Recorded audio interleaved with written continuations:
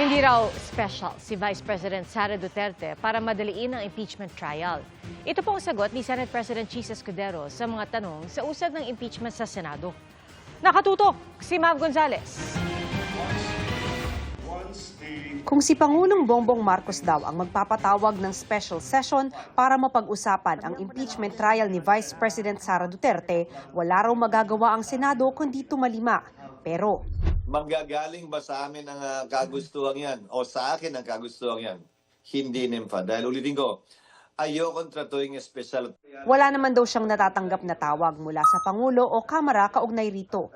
Naon nang sinabi ni Escudero na hindi kailangan ng special session para masimula ng impeachment trial. Wala akong balak. Ano ba yung rason bakit kailangan? Dahil ba espesyal siya? Dahil ba minamadali natin? Dahil ba galit na galit yung ilang sektor at gustong mag-trial na agad? Paniniwala ko, dapat maging patas para hindi magdulot ng instabilidad at para hindi magdulot ng duda kaugnay sa magiging pasya ng impeachment court pagdating ng panahon. Kaya tanong ni Escudero sa mga kongresista, bakit pinatagal nila ang proseso ng reklamong impeachment? May trabaho kaming kailangan at dapat gawin kaugnay ng legislasyon na hindi kailangan inaabangan ng isang bagay na, ulitin ko, mahigit 2 buwan nilang inupuan. Pangalawa, para sa akin, may mga kailangan pang gawing hakbangin ng Senado bago pa kami makapag-trial. Wala kaming sinisisi, wala kaming sinasabing magsimula agad. Konstitusyon lang naman ang nagsasabi noon at walang kondisyon na nakalagay sa ating konstitusyon. Kung kailan pwede magsimula, ang nakalagay lang ay sa labing madaling panahon. Sabi ni Senate Minority Leader Coco Pimentel, kung may special session, mapapabilis ang impeachment proceedings pati ang pagpasa sa mga prioridad na batas ng administrasyon. Dapat daw may sense of urgency. Bagaman hindi raw ibig sabihin ay dapat aksyonan agad pagkatanggap ng impeachment complaint, hindi na aniya forthwith kung 3.5 buwan ang palalampasin. Sagot ni Escudero, Hindi espesyal si Vice President Sara Duterte, hindi espesyal ang posisyon ng Vice President para sa kanya madaliin namin, sa Chief Justice hindi, sa Ombudsman hindi. Pare-pareho lamang silang impeachable officers na sa ilalim ng konstitusyon ay dapat tratuin din ng pare-parehas.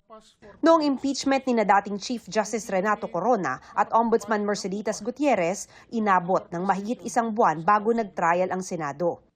Ayon naman kay retired Senior Associate Justice Antonio Carpio, pwedeng magpatawag ng special session ng Pangulo para sa isang urgent bill at doon matalakay na rin ang impeachment. Siguro isang session day lang yon. So, kahit na 20 days, kaya na yun eh. So they can now convene as a impeachment court dahil they are in session.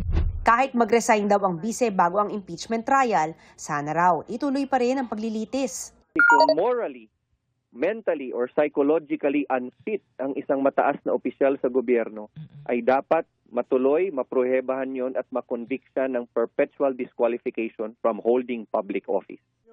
Pero para kay retired Associate Justice Adolfo Ascuna, na isa sa framers ng 1987 Constitution, The Constitution doesn't say that. Yung disqualification parang incidental na lang yan after removal.